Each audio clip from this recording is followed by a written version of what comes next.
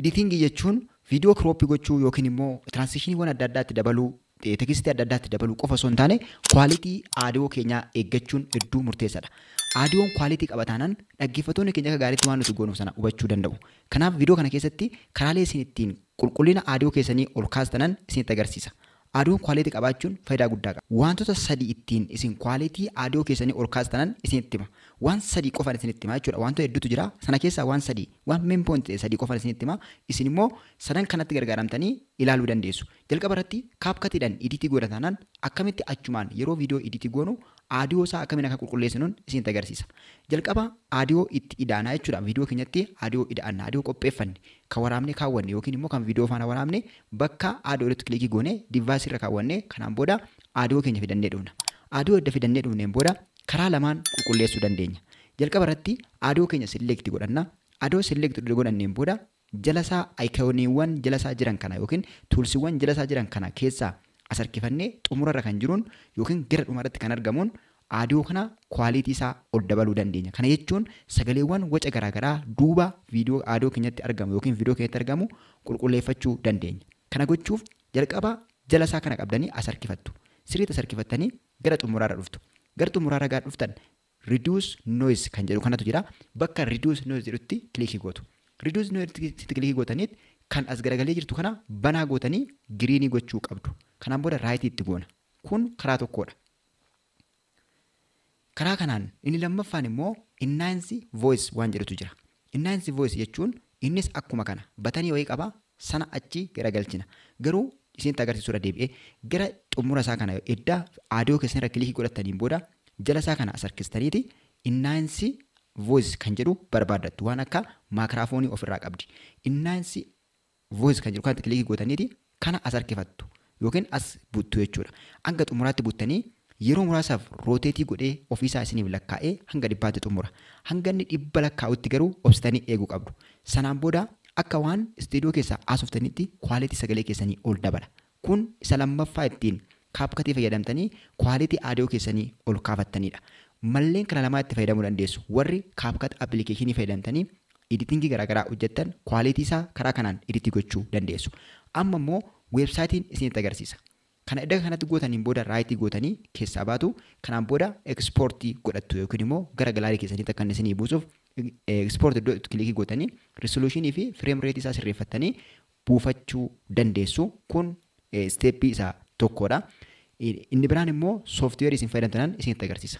Bakka resolutionii kilikii gootanii resolutionii bareedaadhaan save yoo godhattan quality'n audio keessanis ta'e video keessanii ol ka'aa ta'a jechuudha. Kanaaf karaa kana fayyadamuu dandeessu CapCut warri fayyadamtan. Inni lammaffaan immoo websaayitii fayyadamtanii akkamitti akkasiin quality audio keessanii ol kaafattanan isinitti agarsiisa. Websaayitiin isinitti agarsiisu kun Adobe Broadcast jedhama. Adobe Broadcastiin saawundii keenya quality saawundii keenya ol dabaluuf hedduu nu gargaara. Chrome yookiin browserii keessa seentanii bakka sarchiitti Adobe Broadcast jettaniiti sarchi gootu. Adobe Broadcast.com jettanii sarchi gaafa isin gootan websaayitii isaanii isinii fida. Websaayitii sanarra kilikii gootanii gara keessaa seentu. Sanaan dura namoonni akka kootti bilbila fayyadamaa jirtan immoo desktop isaatiitti yoo odeeffattan gaarii ta'a.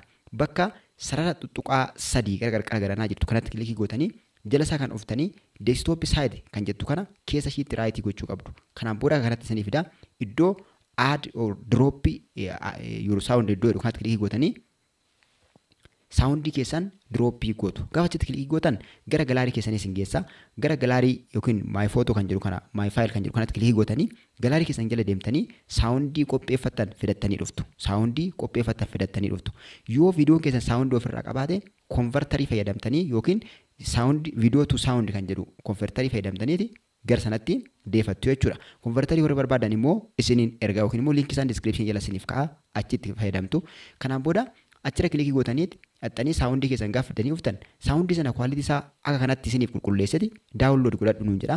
Download goonee itti fayyadamuu dandeenya. Kunillee firiidha. Guyyaatti akka hanga daqiiqaa 30 sanaa olii itti fayyadamuu dandeenya jechuudha. Kanaan booda save goona. Fakkeenyaaf amma save godheetan jira. Inni sadaffaa fi xumurarratti isiniif qoodu immoo applicationii Yeti Creator app kan jedhamudha.